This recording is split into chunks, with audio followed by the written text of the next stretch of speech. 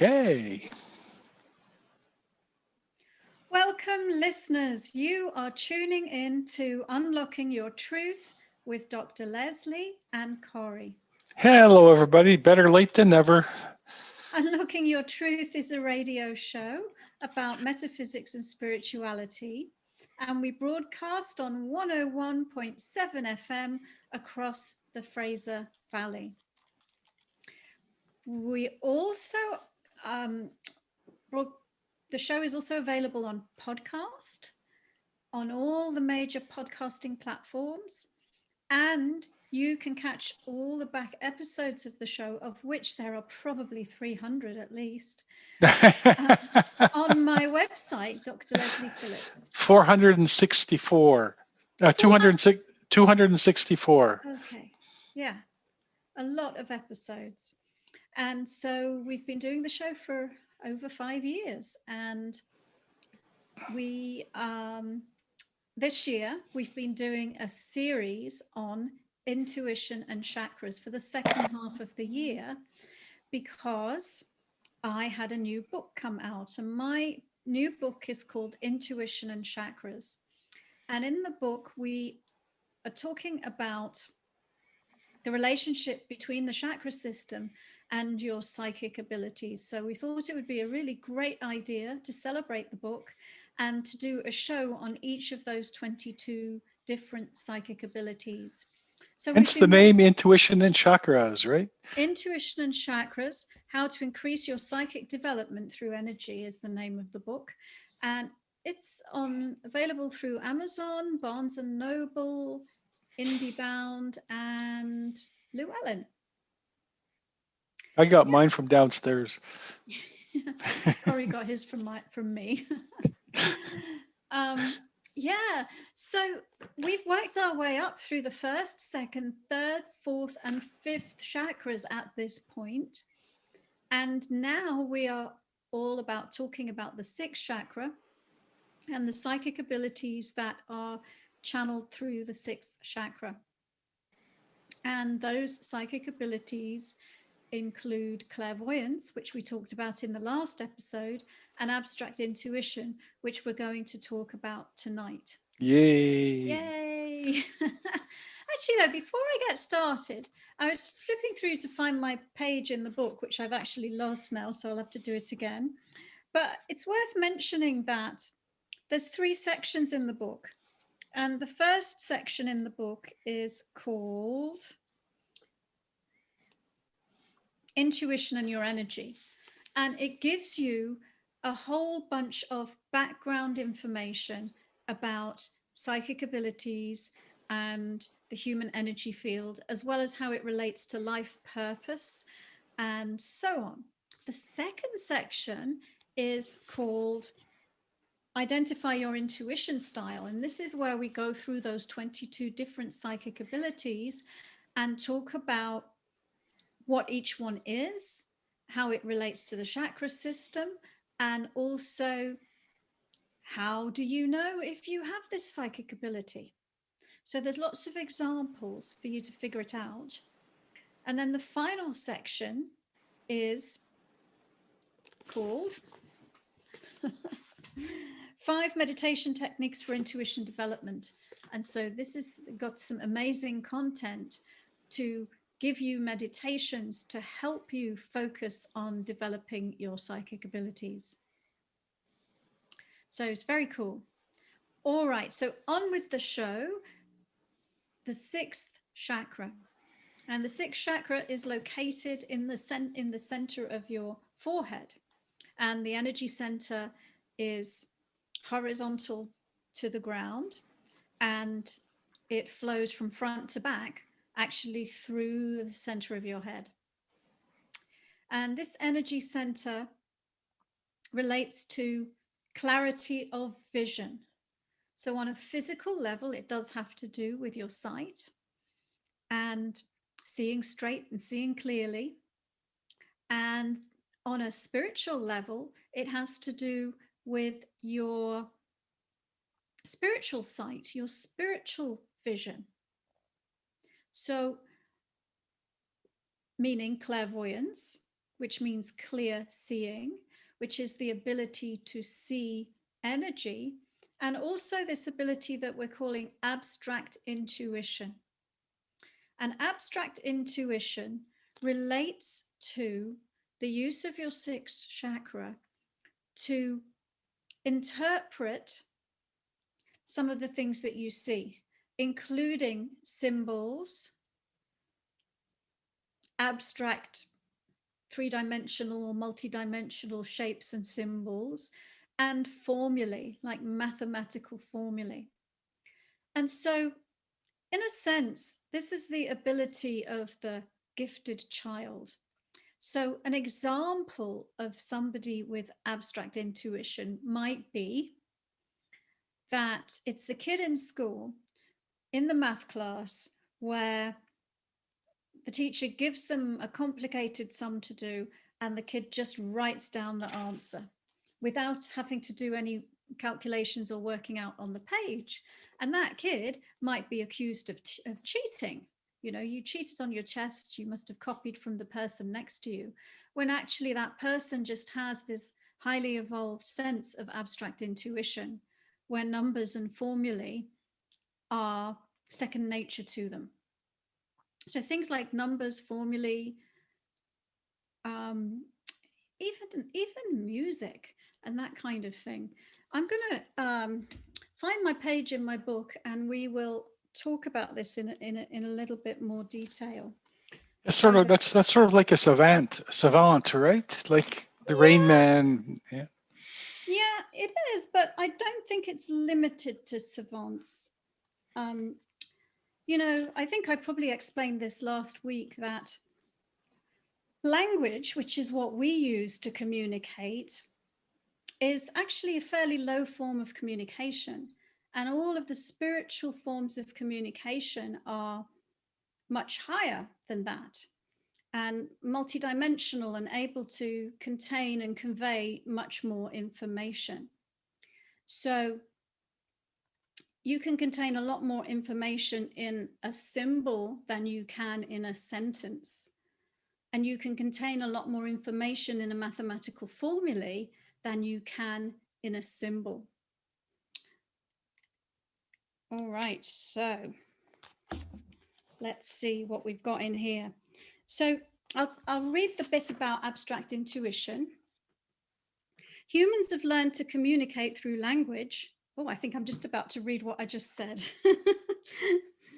Be it verbal, sign, or body language. Spirit communicates using light, symbols, formulae, geometry, equations, and other vibrations, which convey more information than language ever could. Plus, they can be understood via the sixth chakra without using the intellect. See, that's the trick, and we talked about that last episode as well. Your sixth chakra actually enables you to rise above the intellect, to be apart from the intellect, and to operate consciously as spirit within the body from a neutral, non-judgmental perspective.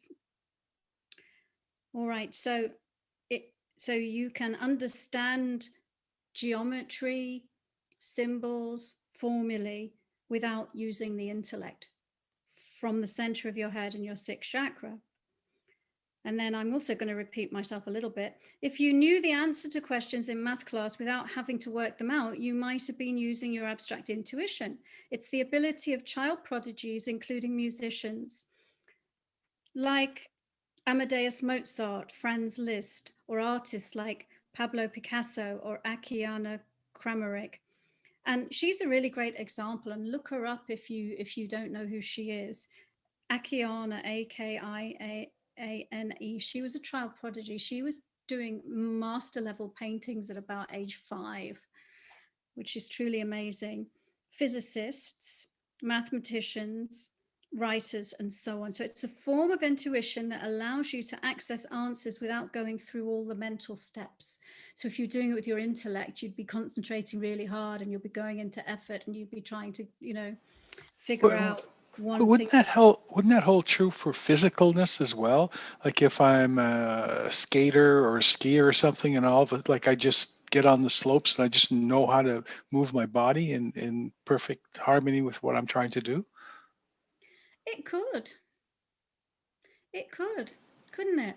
I mean, I think that there is probably that's part the innate intuition within the body, but you also could be calculating instantaneously, not calculating, knowing the angle of the slope and the trajectory and all of that. So I guess that's possible. So this ability can be a big issue for gifted kids in school if the teacher wants an explanation of how they arrived at the answer. So they might be accused of teaching. Psychics use it to unlock meaning in abstract thought forms or to decode the structured packets of electromagnetic energy you have stored your information in. People with abstract intuition can have an affinity for music, numbers, formulae, sacred geometry, and spiritual relationships, sometimes to the degree that they can listen to a musical score and recreate or rearrange it without using the intellect, solve equations in their mind as symbols and numbers literally jump off the page and rearrange themselves. And I've met people like that. Some of my clients are like that. Or conceive an architectural plan or new decor for their home in a vision without needing to draw it. A great example would be Nikola Tesla.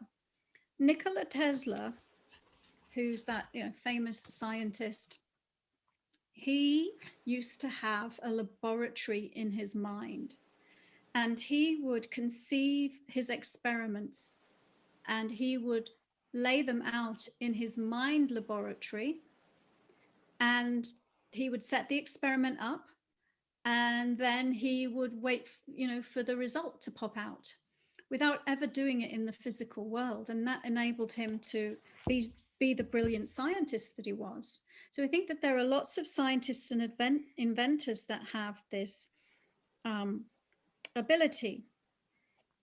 Although I want to say that I don't want to make it seem like it's only the realm of gifted people. So they would be people, showing a really strong affinity and ability. But I mean, I feel like I use my abstract intuition all the time because I'm using my sixth chakra every day to translate symbols that I'm seeing in people's energy fields. Daniel says he used to do that. He did that with math. Very cool, Daniel. Yeah. Yes. Yeah. Also, a couple other comments. Letitia was saying, Letitia loves the book and she practiced the meditations daily. And Sharon says, apparently I have this as a strong ability as told in the ability test you gave me several years ago. Is there a way to develop this further? I'm sure we're going to talk about that a little later on. Yeah, and really it's down to developing your sixth chakra and your third eye. And it's just really in a way the same thing as developing your clairvoyance, that you clear out your sixth chakra, you learn to seat your consciousness in your pineal gland and learn to consciously focus on things from that perspective. So here's another example to help explain it. And I think I said this in last week's episode as well, but imagine you see an apple, and when you see an apple in your mind's eye, you're projecting the image energetically and observing it clairvoyantly. You might glean information from this symbol depending what it looks like. If it was held by a witch, it might be poisoned and represent danger. If it was bitten to the core, it might mean being out of options. Or if it was very big, it might even mean New York City. So you see, the symbol of an apple can convey a lot of information. The idea of this apple could also be contained in a mathematical formula. And with precise information, that when you unlock it, would let you, have even more information about that apple. So then I go on to talk about Nikola Tesla. So let's see if there's some other examples I can give you. So you could be experiencing some of the challenges associated with abstract intuition if you feel alone and it's difficult to meet others who can relate to you on your level. Or if you find everyday human interactions mundane, like they barely scratch the surface. If you see signs and synchronicities everywhere. and link them together in ways other people wouldn't even think of. Because that there is a sign of multidimensionality, right? That we're very linear humans, you know, A plus B equals C, do this, then that. But as spirit, we're multidimensional, and there is interconnection between everything. Okay. Or if you are intrigued by symbols because you can sense their meaning, abstract intuition can be expressed in many ways. And below are some more clues that this might be a psychic ability you have all along. Okay, so let's see. We've already talked about some of this. A child with an ability is labeled as being gifted or different. If your parents and teachers called you a child prodigy, or maybe even wondered if you had, you know, you were on the autism spectrum or something. I think there's examples really of people take the film Rain Man from a long time ago. He was autistic, but he was also brilliant. Prodigy. It's possible that your reality was being experienced through your abstract intuition, even if you were not flagged as being different, but you won the competition to guess the number of beans in the jar, or were caught for cheating in class when you didn't do it, you may have been using this ability. Perhaps you're someone with an uncanny knack for numbers and being able to easily remember strings of numbers, understand formulae, solve complex equations with no effort. Or if you love abstract representations of ideas and surreal and symbolic art has deep meaning for you. Oh, well, I realize I've rambled on and it's time for the break. So let's go to the break. Yes, it is. Just before we go, Anonymous Glitch has made a few posts about meditating. He loves to meditate in he or she, I'm not sure if it's a he or she, to meditate in a dark room, and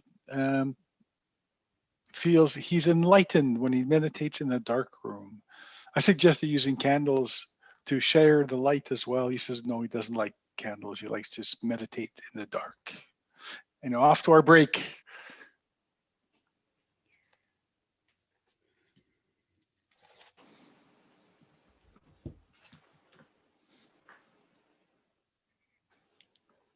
Welcome back, listeners. You are tuning in to Unlocking Your Truth with Dr. Leslie and with Corey.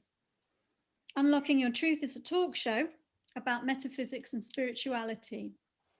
Every week we have a different topic under that umbrella. And for the latter half of I just found umbrella funny all of a sudden. So we are doing a series on intuition and chakras this year, and tonight we're talking about the 6th chakra, which conveys your ability to see as spirit, called clairvoyance, and also abstract intuition. Tonight we're focusing on abstract intuition. And before the break, one of our listeners made a comment how they love to meditate in the dark and how they feel enlightened when they meditate in the dark. And, you know, when I'm teaching people to develop their intuition, I get them to close their eyes. Why? Because it helps them tune out all of the distractions of the physical world.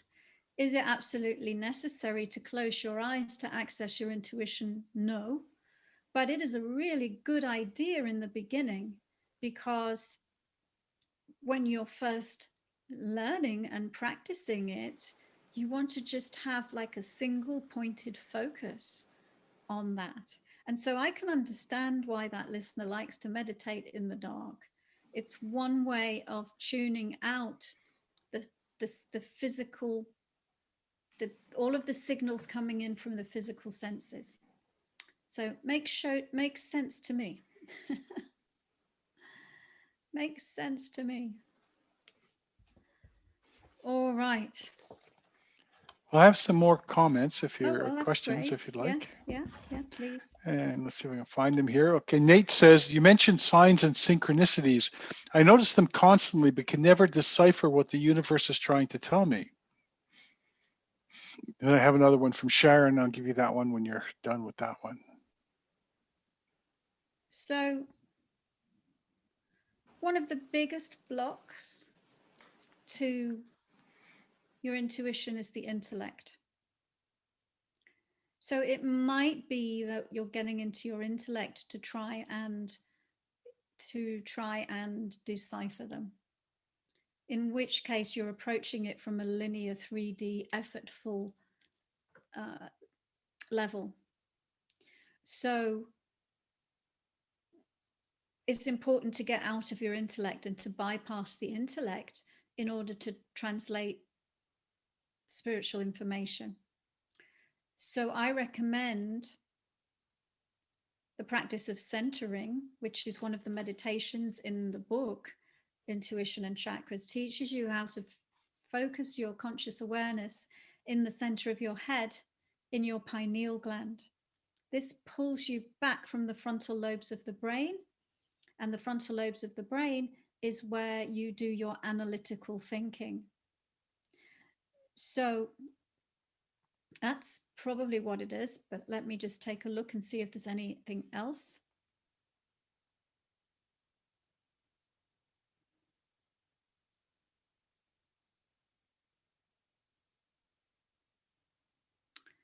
Well, the other thing we want to say is, of course, you are part of the universe. And so this is also a communication of yourself to yourself.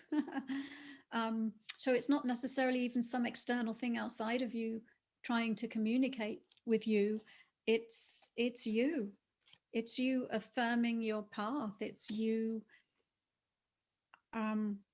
cheering yourself on. It's you reflecting back at yourself. So the other thing I'm wondering whether the signs and synchronicities are including what they're including for you, Nate. When I tuned in just then, I'm seeing sort of strings of numbers, which feels like awakening codes. So there's lots of, we embed lots of things in our reality to help us wake up. So those strings of numbers that people commonly see, that's an awakening code, because when you see them, you're awake in the moment that you're seeing them. You know, they stand out. They stand out from the humdrum rest of reality around you. So even that in itself is serving you, because it's serving you to be awake and aware and present in the now moment, as and when you notice that synchronicitous event or sign. Yeah, Sharon says she was accused of cheating in her college statistics class after she aced the exam. And also she says, I also see lots of symbols in my dreams. And Nate says lots of numbers, animals, and nature things, nature type things. Right. Very cool. Yeah. I Go mean, on, Dr. Leslie. just to connect all of these questions together, in some senses, you can think about your life. Your entire life is a meditation. Everything around you is a symbol, and and has meaning within it. So a walk in nature, what animals do you see? What is the essence of those animals telling you about yourself and your life? What is it reflecting back at you? So very, very cool. So keep asking your questions, folks. I have another one for you. You do? Great. Yes.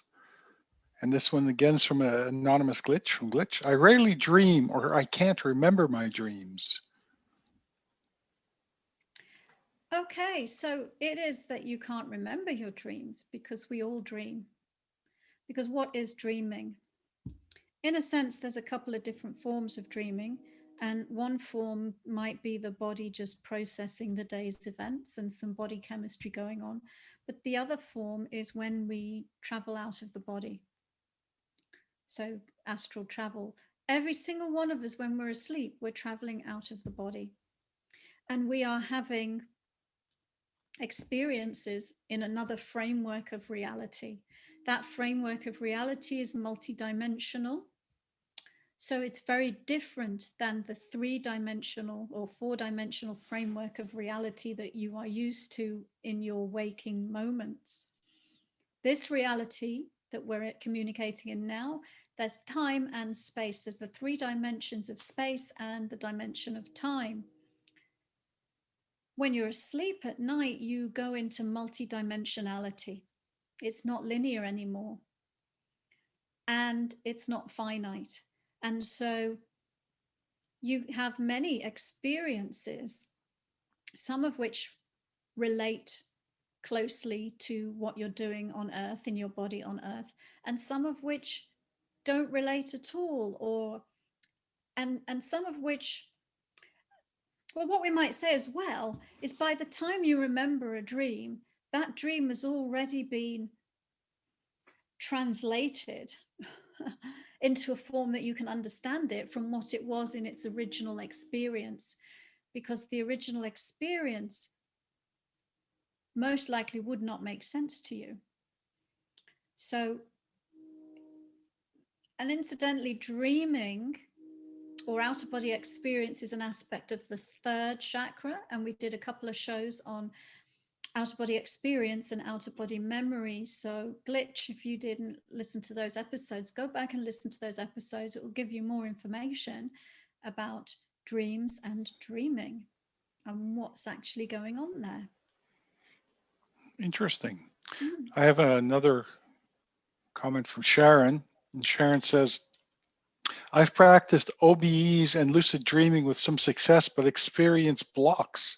Can you tell me what those blocks are? Yeah, so it sounds like you're wanting to be conscious of what you're doing when you're doing it. Let's take a look.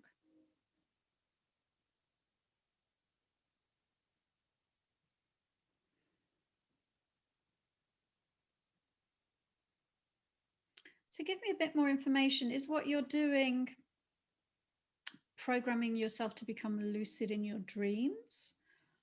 Or is what you're doing attempting to go from waking consciousness into that experience?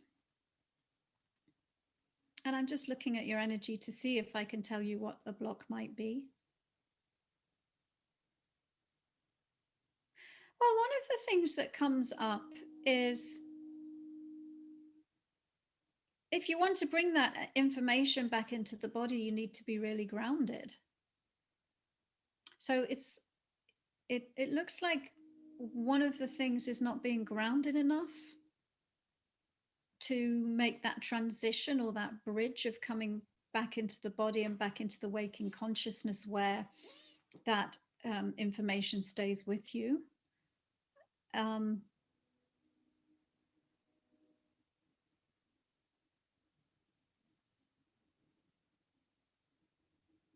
Did she answer my question yet, Corey? You're on mute. Here it is. Sharon says, lucid dreaming feels safer for me. I've been scared myself when I do conscious OBE, loud noises, etc. Okay.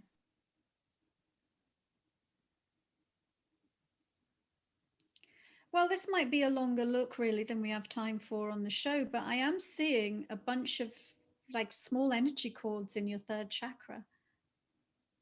And to sort of translate them and go through what they all are and what they're all doing would probably take me a little bit of time, but it looks like there's something going on in the 3rd chakra that is causing an issue or a disturbance in what you're trying to do.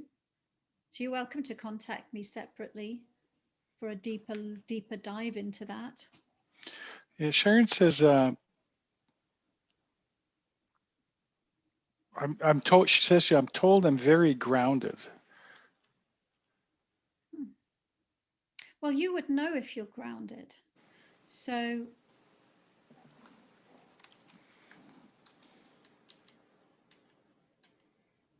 and here's the thing. The more we open up spiritually, the more grounded we need to be. The more we raise our vibration, the more grounded we need to be. So we're constantly having to up our grounding. I'm constantly having to up my grounding, and I've been grounding for like 25 years. And so it's not, you know, and you can be grounded one day and then in a situation another day when you're not grounded. So it's very good in a way to have a conscious grounding technique that you use, that you're familiar with, that helps you know that you're grounded. The other thing is you can ground before you go to sleep and leave your system in that grounded state before you go off into your lucid dreaming experience. So if you haven't checked out the book, it teaches a grounding technique, and there's a free grounding meditation on my website as well. Yeah, I'll put that link on Yeah, you're a little welcome later. to download. Yeah. So Light Surfer says, is there any way to remember our astral travels during sleep? If so, how? I think you've touched that. Yes, on that. I trained myself. I don't really do this anymore, but originally, 25 years ago, I trained myself to dictate my dreams into a dictaphone. So I was single at the time. I used to sleep with a dictaphone under my pillow, and I had my finger on the record button. And when I would enter into a REM cycle, I would automatically press record and dictate, my voice would dictate the astral experience I was having into my recording device, and then stop when that experience was over. And so through the night, I would get 4 or 5 different dreams that I wouldn't even remember when I woke up, but they were dictated into the dictaphone. And how did I do that? By a conscious and concentrated focus on it. I really wanted to do it. I focused every single night. I meditated before I went to sleep. I did work on programming my dreams, intending that I would remember my dreams. And I had an absolute passion about it. So, in some senses, it's like what you focus on expands. The same thing with developing any of your psychic abilities. You can say you want to do it, but how committed are you? Because you have to be really committed. You have to be committed to meditate. You have to be committed to healing yourself. So if you want to do lucid dreaming, or you want to remember your dreams, then focus on it. Focus, focus, focus. Intend, intend, intend, and clear any blocks that come up along the way. And that will open a path for you to get what you're asking for. Yeah. Light Surfer says, that's awesome. Also, Sharon says, thanks so much. Now we'll move over to Letitia. Sure. And Letitia says, so this evening I go into my closet and notice my moon-shaped light was on. I asked my husband if he turned it on, and he said no. I turned it off and left the closet. A short time later, I went back into the closet and the light was on again. Am I just being that forgetful, or is spirit turning it on to get my attention? That's a cool one, isn't it? I have a client who has a statue on her fridge, and the statue turns around. So she takes that as a sign that her spirit guide is wanting to communicate with her. So I believe it's possible, very possible, for physical things to happen in our reality. It's a bit like the signs that we were talking about earlier, but let's take a look.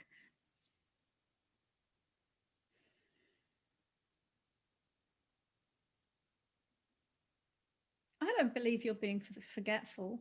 And to me, it just looks like it's relating to switch on, be aware. I just see, like, when it happened, you get so aware and switched on because it's, it's a significant experience in your reality. So it's a bit like I think we were saying to Nate before, all those synchronicities and signs, they make you aware, don't they? They bring you into the present moment, don't they? They get you focusing on your becoming more conscious, awake, and aware. So it just looks like it's spirit, almost like knocking on your head and switching a light on in your head. Wake up. Cool. Or you are now awake because you've noticed this. Now, we'll have to go to a break now, and then we'll come back, and we can start off with Glitch, who's got an interesting question. Great. So let's take a short break. Sure.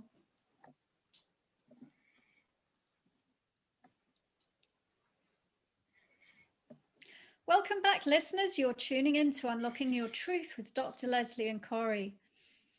Tonight's show is part of our Intuition and Chakra series. We're talking about the sixth chakra and abstract intuition, but we are in that point in the show where we really like to open it up to questions from our listeners. And if you are a listener and you're listening on the radio and you're like, well, how can I do that? How you can do that is join our Awaken Your Psychic Abilities Facebook group, or you can go along to my YouTube channel, which I always can't remember what the name of, but I'm assuming it's Dr. Leslie Phillips or Dr. Leslie P. I'm sure you can find me if you look for Unlocking Your Truth, actually, because all the podcast episodes are in there too. Yeah, when you go there, just be there's two sets of videos. If you're not familiar with Facebook, YouTube, there's one that are just videos, and then there are live videos as well. There's a section for live videos. Now, YouTube's just changed their format a month or so ago, or 2 months ago, a month and a half ago. Just thought I'd mention that. Thank you. You're welcome. I don't know that. Yeah. So another question, anonymous glitch says, I experienced nightmares. Does that mean that my third eye is opening? Okay.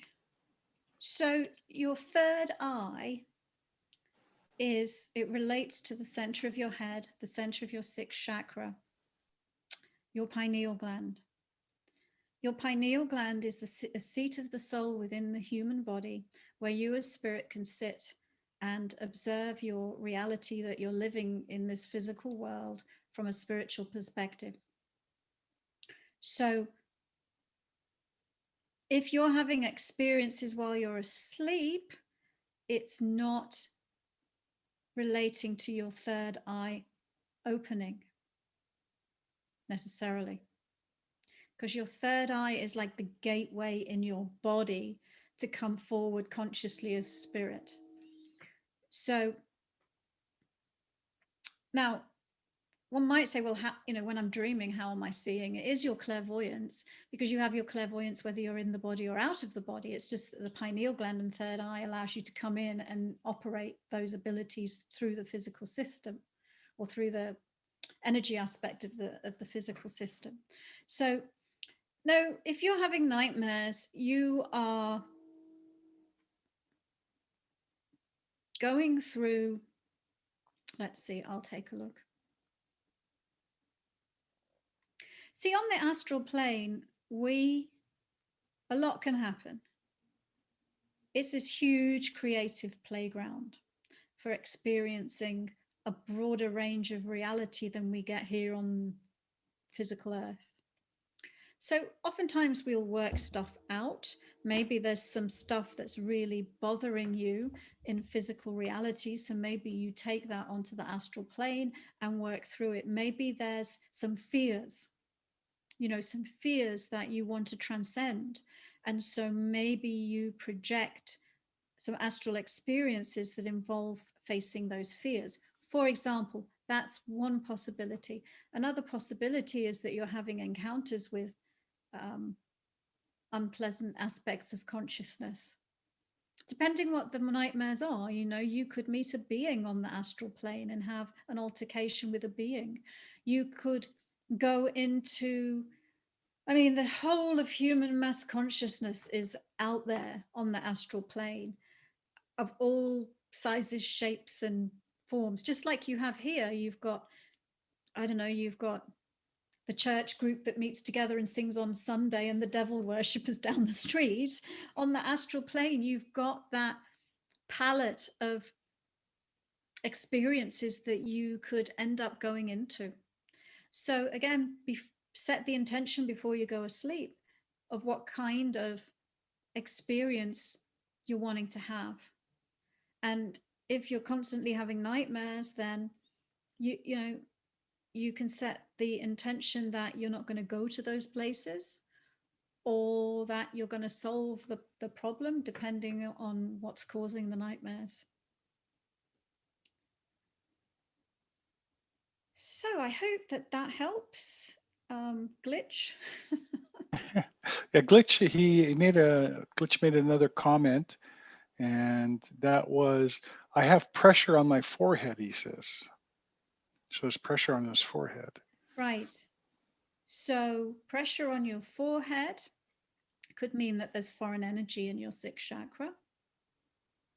So oftentimes people will say, oh, that's a sign of my sixth chakra opening.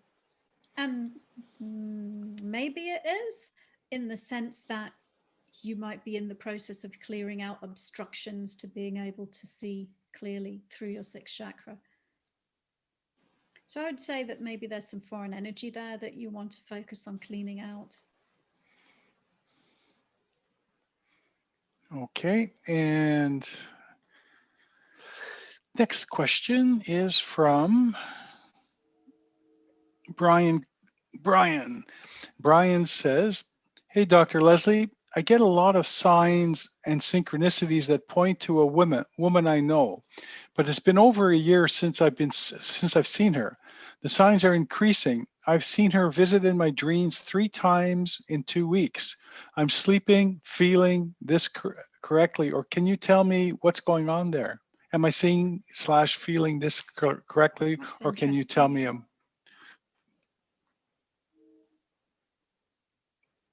So I'm wondering if this is a woman you used to date, or just know. And I'm also wondering whether, if this is a woman you used to date, whether that's somebody that you still have an attraction for. But let's take a look. So one thing that comes up to say is that our relationships in physical reality have a time span, don't they? Some of them last a lifetime, some of them last a week, some of them last a year. You know, people cycle in and out of our lives. And because the astral plane is a broader plane of experience, you know, we can end up meeting these characters on the astral plane and having experiences with these people outside of physical reality. So that's one thing that can be happening. I mean, I guess what you're asking, I think what you're asking is this a quickening that's sort of drawing us together again in physical reality? I think that's probably what you're asking. Yeah. He says, I think there was a romantic connection, but it was never discussed. I see. Okay.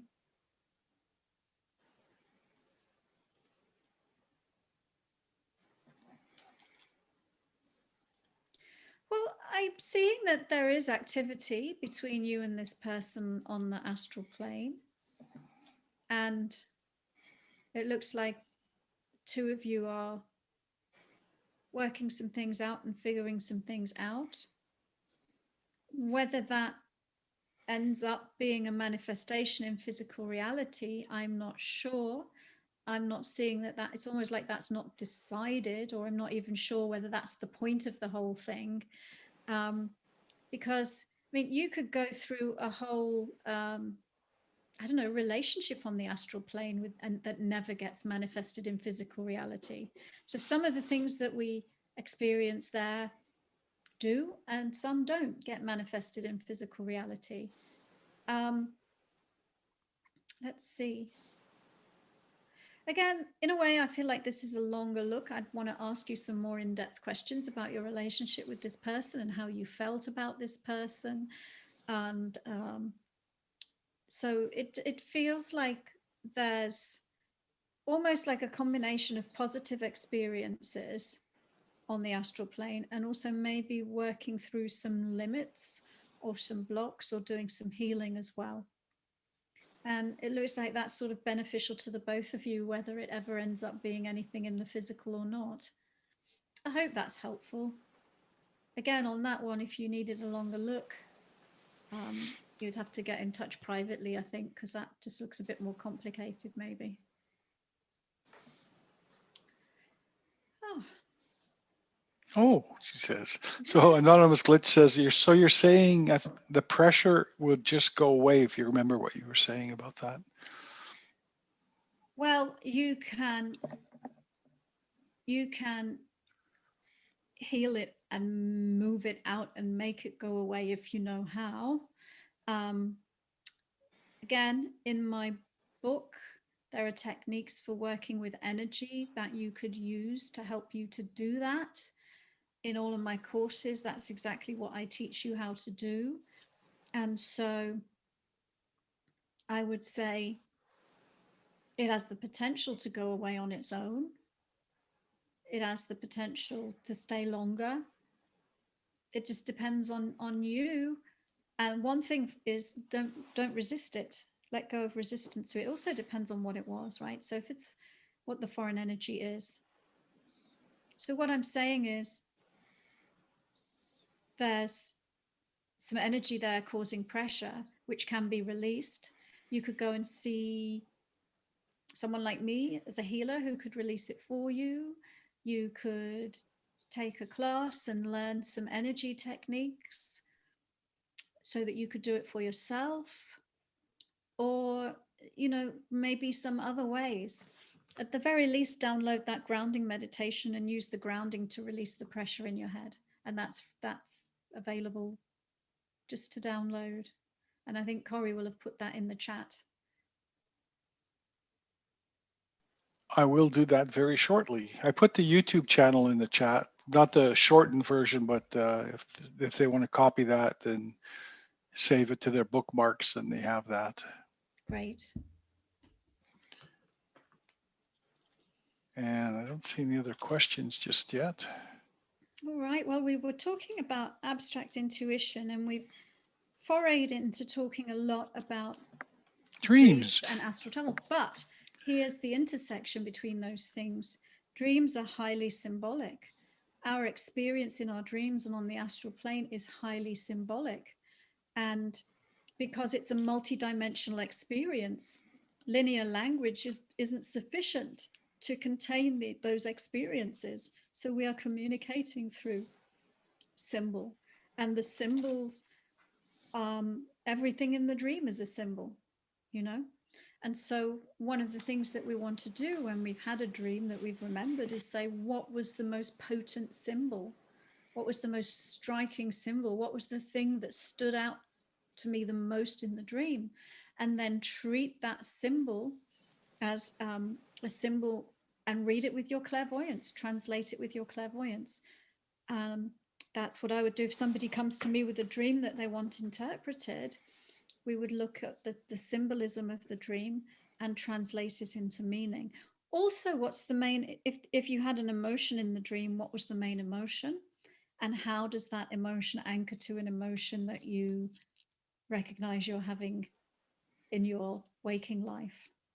So, like, I had a dream one time. This dream stood out. It was when I was about 28 years old, and there was a woman at work that I didn't get along with. As a matter of fact, we had a mutual dislike for each other.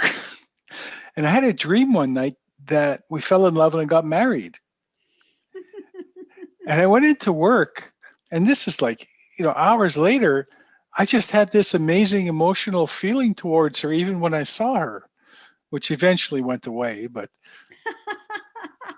that's amazing, isn't it? yeah. Yes. Yeah, that's And amazing. I was my feet weren't touching the ground for, it was, the emotion had just completely taken over my body. Yeah. It was Well, astounding. and you know, when we dislike people, usually it's because they're reflecting back at us something that we don't like about ourselves. But those things are all contained in the human experience. So once we get out of the body, there's oneness, love, the opposite of what we can be experiencing in the physical plane. So it sounds like you just raised yourself above what was going on the physical level to a core spiritual truth, which is all of our relationships are ultimately based on love. Interesting. Nate says, I've had that as well. So we're brothers then. And an anonymous glitch says, like, if I meditate, will it go away? And he's talking about the pressure again. Depends on how you meditate, glitch. When Corey posts the link on the free download, if you download that meditation, it teaches you two things. It teaches you grounding and it teaches you centering. And then you can sit in the center of your head and release the pressure from your head down your grounding cord. So that's what I suggest. That's a complementary meditation from me to help you release the pain in your head. And then beyond that, you're welcome to connect for a deeper dive into what's going on with you.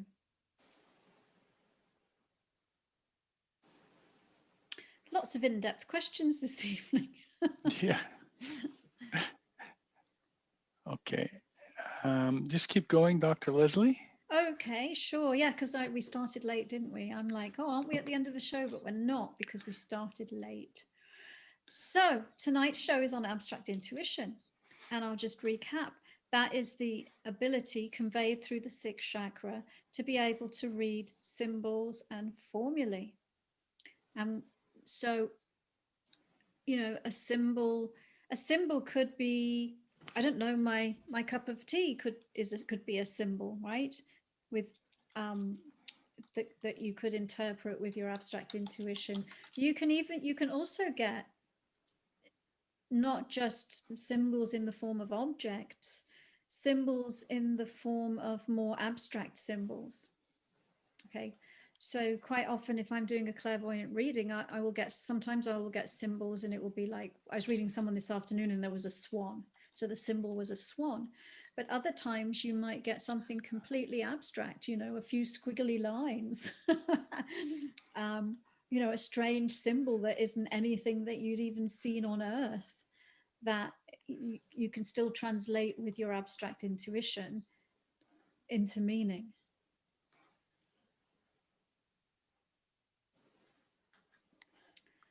All right, so what else can we tell you about the show tonight? Corey's talking, but he's not talking because he's on mute again. That's about it for tonight. Oh, that is about it. Okay. Yeah. All right. That sounds good. Next week, the show, I think it is, and I might be wrong, depending on what order I've scheduled things. But I know in the book, the next psychic ability that we talk about in the book, if I'm following through the way I had it in the book, is precognition. Or if I'm following through on the way that I usually have it in my mind, we might be moving into the seventh chakra and talking either about knowingness or transmediumship. But you can get the schedule if you're on my email list. So go to drlesliephillips.com and just download anything free you download. You'll enter your email address to get it. Then you'll be on my list. Then every week you'll receive ahead of the show what the show topic is going to be. Yeah. We're talking about transmediumship next week. Okay, so we're moving on to the crown chakra, the seventh chakra, next week then. And so, folks, thank you, and we'll see you next week. Thank you so much.